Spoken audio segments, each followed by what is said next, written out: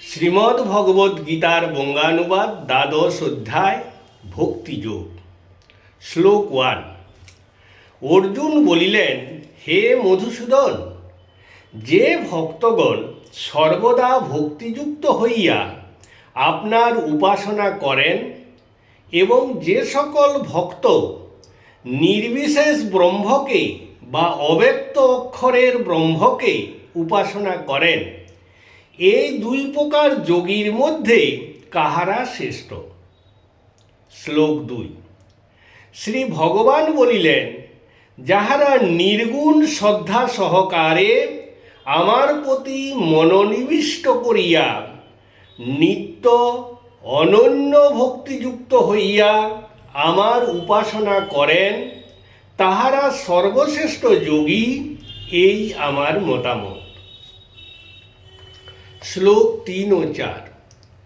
কিন্তু যাহারা ইন্দ্রিয় সকলকে সম্যকভাবে নিরোধ করিয়া সকলের প্রতি সমদৃষ্টি অবলম্বন পূর্বক সমস্ত প্রাণীর হিতকার্য সাধনে চেষ্টাশীল হইয়া আমার অস্পষ্ট প্রকৃত রূপদিরহিত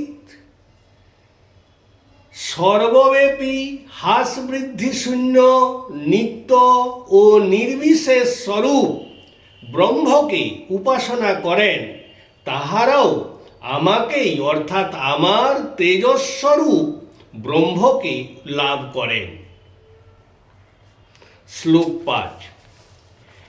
নির্বিশেষ ব্রহ্মস্বরূপে আকৃষ্ট চিত্ত ব্যক্তির ব্রহ্মপ্রাপ্তি অত্যন্ত অধিক কষ্টকর হয়,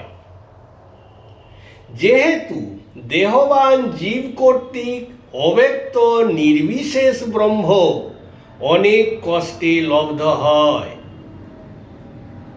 শ্লোক 6 ও 7। কিন্তু যাহারা সকল কর্ম আমাতে সমর্পণ পূর্বক একমাত্র আমাকে আশ্রয় করিয়া জ্ঞান কর্মাদির সম্বন্ধ শূন্য শুদ্ধ ভক্তিযোগ দ্বারায় আমাতে আবিষ্ট চিত্ত হইয়া আমাকে ধ্যানপূর্বক উপাসনা করেন, হে পার্থ, আমাতে আবিষ্ট চিত্ত তাহাদিগকে আমি অচিরাৎ মৃত্যুময় সংসার সমুদ্র হইতে উদ্ধার করি।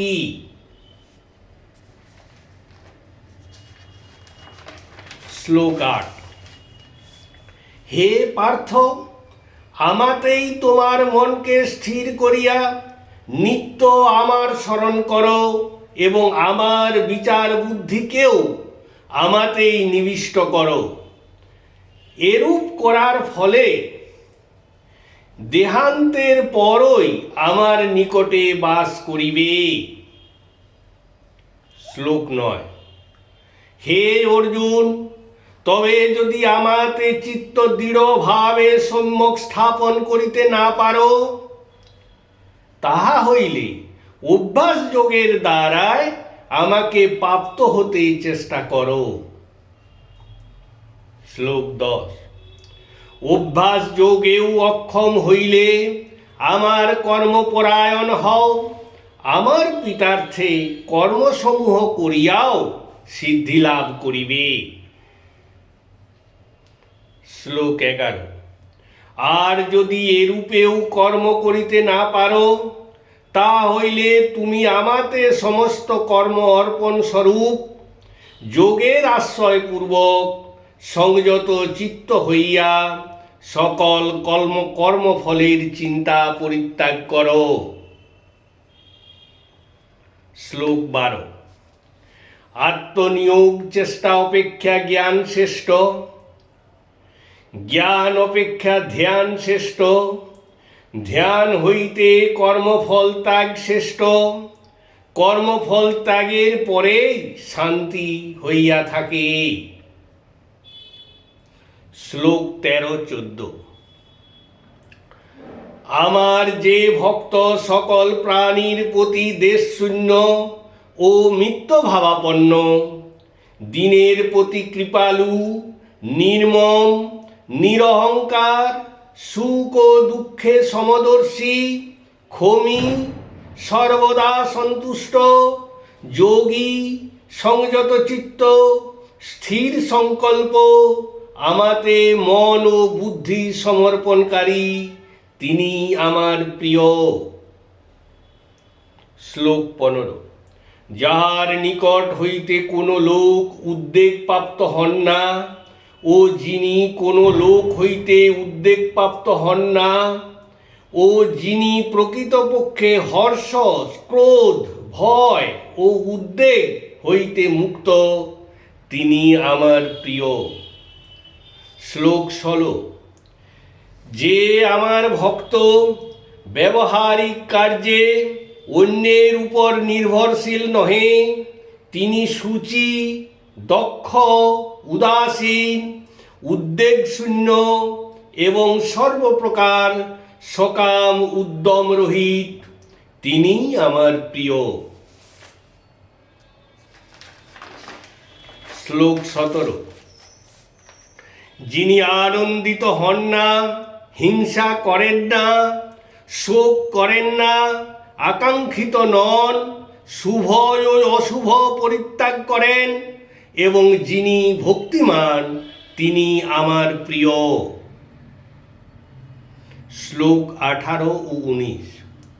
যে ব্যক্তি শত্রুতে ও মিত্রতে, মানে ও অপমানে, শীতে ও গ্রীষ্মে, সুখে ও দুঃখে সমভাবাপন্ন এবং সর্বত্র অনাসক্ত, নিন্দা ও স্তুতিতে সমদর্শী, সংযত বাক, যদৃচ্ছা লাভে সন্তুষ্ট,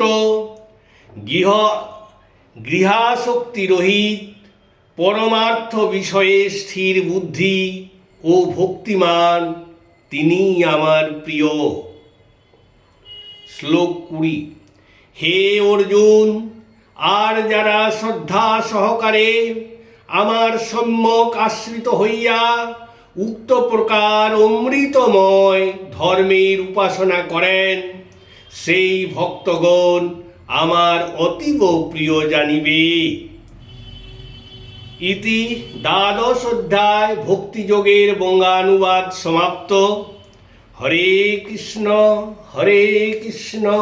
কৃষ্ণ কৃষ্ণ হরে হরে, হরে রাম রাম রাম হরে হরে। হে কৃষ্ণ করুণা সিন্ধু দীনবন্ধু জগৎপতে, গোপেশ গোপিকা কান্ত রাধা কান্ত নমস্তুতে।